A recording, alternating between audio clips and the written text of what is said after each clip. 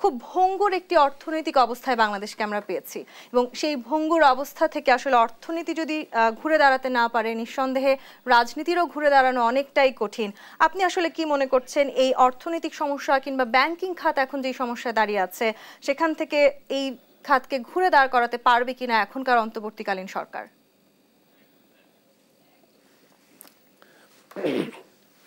প্রথমে আপনাকে ধন্যবাদ। আমরা যে শুধু বঙ্গুর অর্থনীতি নিয়ে একটা নতুন যাত্রা শুরু করেছি তাই না, অ্যাকচুয়ালি একটা বঙ্গুর রাজনীতি, একটা বঙ্গুর সমাজও ছিল, যেই এমন একটা পরিবেশ ছিল গত 10 বছর। আমি মনে করি না সেই পরিবেশে কোনো দেশে অর্থনৈতিক প্রবৃদ্ধি অথবা অর্থনৈতিক উন্নয়ন হবার সম্ভাবনা ছিল।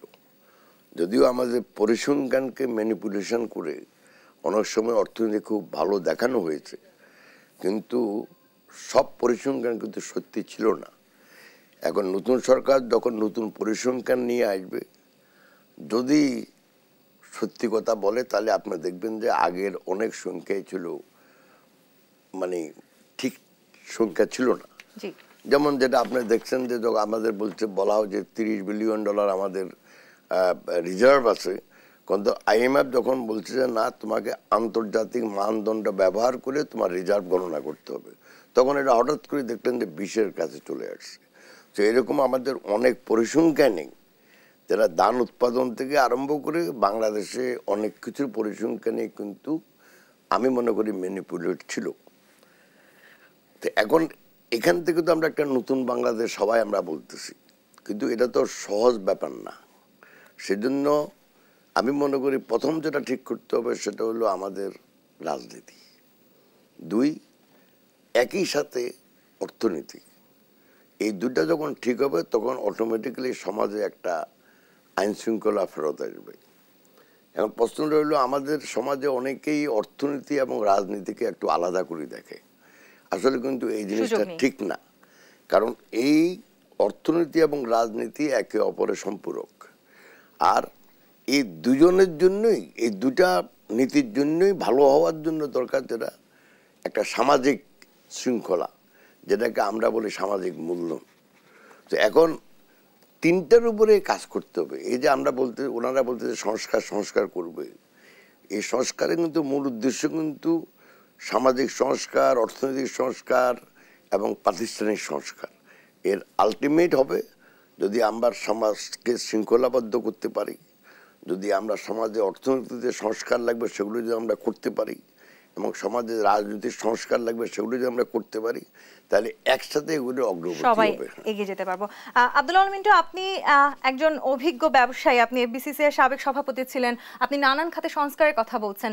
ব্যবসায়ীদেরকে নিয়ে একটি কথা আমরা প্রায় শুনি, ব্যবসায়ীদেরকে বলা হয় যে তারা আসলে নীতিগতভাবে হয়তো খানিকটা পিছিয়ে আছেন, কিংবা তাদের নীতি নিয়ে অনেক সমালোচনার জায়গা সৃষ্টি হচ্ছে। আপনিও কি তাই মনে করছেন, আসলে ব্যবসায়ীরা কি নীতি থেকে খানিকটা সরে যাচ্ছেন? আপনি ভালোই বলছেন যে নীতি নৈতিকতার যে প্রশ্ন, ব্যবসা নৈতিক না অনৈতিক না। ব্যবসার কাজ হলো সমাজে মানুষকে যেটা দরকার সে পণ্য সরবরাহ করা, এটা হলো ব্যবসা। বিনিয়োগের কাজ হলো বিনিয়োগ করার মাধ্যমে আমরা উৎপাদন করবেন এবং সমাজে কর্মসংস্থান সৃষ্টি করবেন। একই সাথে এই দুটার একত্র সম্মিলনে দেশে সম্পদ সৃষ্টি হয়, যে সম্পদের আলটিমেটলি সমাজের সবাইকে সমৃদ্ধ করার কথা।